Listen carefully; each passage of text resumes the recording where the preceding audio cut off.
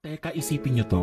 After 100 years, so sa taong 2124, probably lahat tayo nasa hukay na, pati yung pamilya tsaka mga kaibigan natin. Mga strangers na rin yung titira sa bahay nating pinaghirapan natin ng sobra. And lahat ng pagmamay-ari na meron tayo ay mapupunta na rin sa ibang tao. May chance din na lahat ng material na bagay na meron tayo is either natapon na or nasira na. Ultimo yung sasakyan na pinag-ipunan natin para mabili.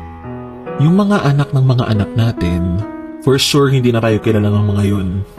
Or hindi na tayo maalala. Di ba madami nga sa atin na hindi naman kilala yung mga tatay ng mga lolo't lola natin? After natin mawala sa mundo na to, maalala pa din naman tayo ng mga ilang taon. Then pagtapos noon, magiging larawan na lang tayo na nakasabit sa pader. Then after ilang dekada, yung mga picture natin at yung mga bagay na nagawa natin, magiging parte na lang siya ng history ng pamilya natin. Di nga man lang tayo magiging memories. Kasi sobrang tagal na lumipas ang panahon, baka wala lang makaalala sa atin.